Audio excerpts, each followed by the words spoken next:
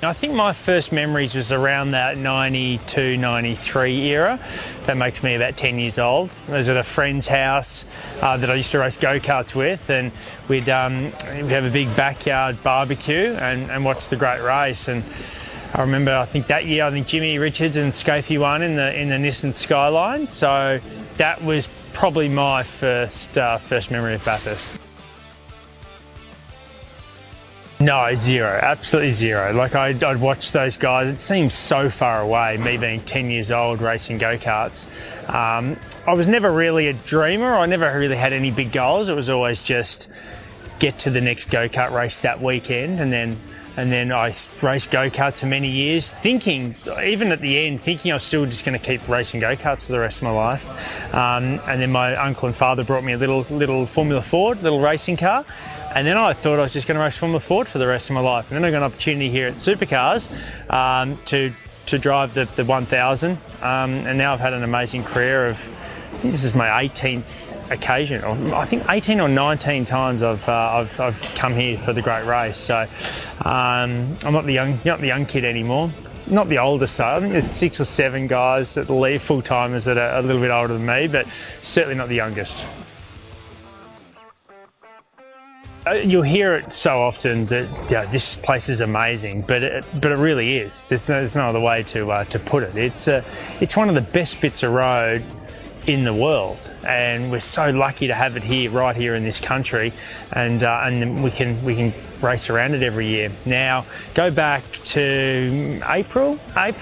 There was a big risk that we wouldn't be able to come here and race, you know. So although it's a very different feel this weekend.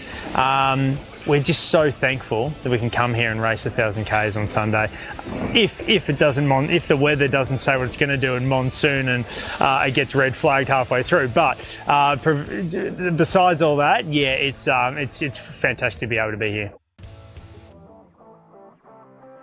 Yeah, that's really tricky. You to get a bit of a gauge on what's happening in front, all you've got is the visibility of the water hitting the windscreen, so you can see if the rain's coming down, and then you just got to scan the track and just take an educated guess on what you think the corner will be like, or how wet the corner will be, which therefore determines your corner speed, basically how much grip you got.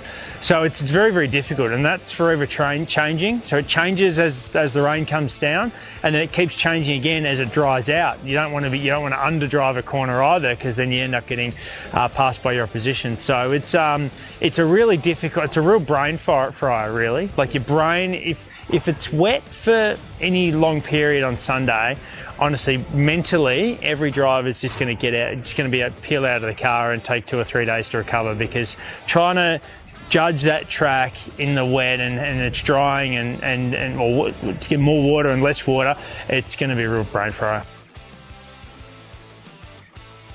It's not very forgiving, you know. It's if you make a mistake here, you're generally into these large concrete walls, and that could be, hey, if you do it in practice, you might still get out for the race, but it heavily compromises your race as well, because you've either got mechanics that have worked all night to get the car ready to go, or the car is sort of put back 99%, and there's been plenty of occasions where I've had a crash in practice, and that 1%, that small thing that was part of the crash didn't quite get fixed, or while we were trying to fix it, something else didn't get done, and therefore it cost us the race on Sunday. So yeah, if you do make a mistake here, it's generally a big one.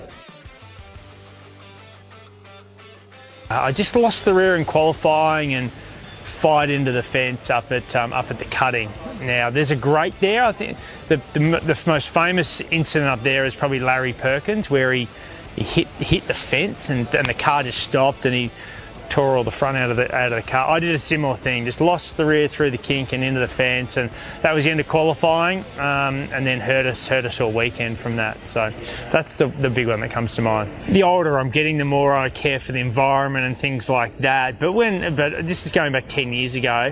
I'll never forget, it was Sunday morning warm-up. I was the first car out, and I drove up over the top of the hill, and I remember I was actually sort of half giggling to myself, because I remember most people are going to be hungover. It's still asleep in their tent, and I'm just first car over, making plenty of noise. And never forget, I got to Skyline, looked down into the valley, and all the clouds are in the valley, and it was the most picturesque thing I've seen. As I say, I'm not one to really enjoy views or nature at all, but it was an amazing sight as I come over Skyline. So that's probably one that stands out the most. It's a camp out, you know. It's a fantastic opportunity to basically spend a week's holiday for the year. Normally everyone rolls in on the Monday and it all ramps up to the big race, but this year it's obviously there's none of that. So it's a very different feeling. It's quite unique. Behind me we've just got all chairs set up. Normally there's couches. Back in the day, they were just full of people find old couches from all over the place, bring them here, sit them on the hill, and then Sunday night, they're all on fire. You know, you've got to get out of here before your car explodes. That's what Bathurst. Honestly, that's what it's all about. It has been cleaned up, so to speak, in over the years, but it's still a get away from normal life for a week and come here and just enjoy some good old-fashioned Aussie motorsport. The good part about Lowndesy and I pairing up together is we're a similar height and weight, and we like a similar car style. So there's all those positives there. But the emotional one, I'm driving with. We all say Brocky's the king of the mountain, but if there was anyone in second place, it'd be Lowndesy. You know, he loves this place. He's won here multiple times, and he always puts in his best performance come Sunday afternoon at the Great Race. So I'm very, very grateful to have him in the car. We'd like to think we prepare as well as we possibly can at every single race meeting, but if there's anything little extra that you can do, you make sure it's done before the Great Race, for Bathurst, because it's such a long, grueling event, and it's by far the biggest race of the year with us, you know, absolutely second to none. So we prepare as well as we can, but it's a long week. You know, today's Wednesday. It's 4 or 5 days until we get to Sunday afternoon, which is a lot longer than normal, and we just need to roll with the punches. Who knows what's going to get thrown at us this weekend? Who knows what curveballs are going to happen? But whatever they are, we just got to keep rolling along, and just keep focusing on Sunday afternoon and trying to be in front of everybody else come lap 161. Well, just thanks for your support. You know, that's the biggest thing, and we all thank each other in a way. The combination of everyone is what motorsport's all about. So our livery this weekend is a massive thanks to the Holden supporters, and that's everyone that wore a Holden badge on their shirt, you know, in the last 50 years.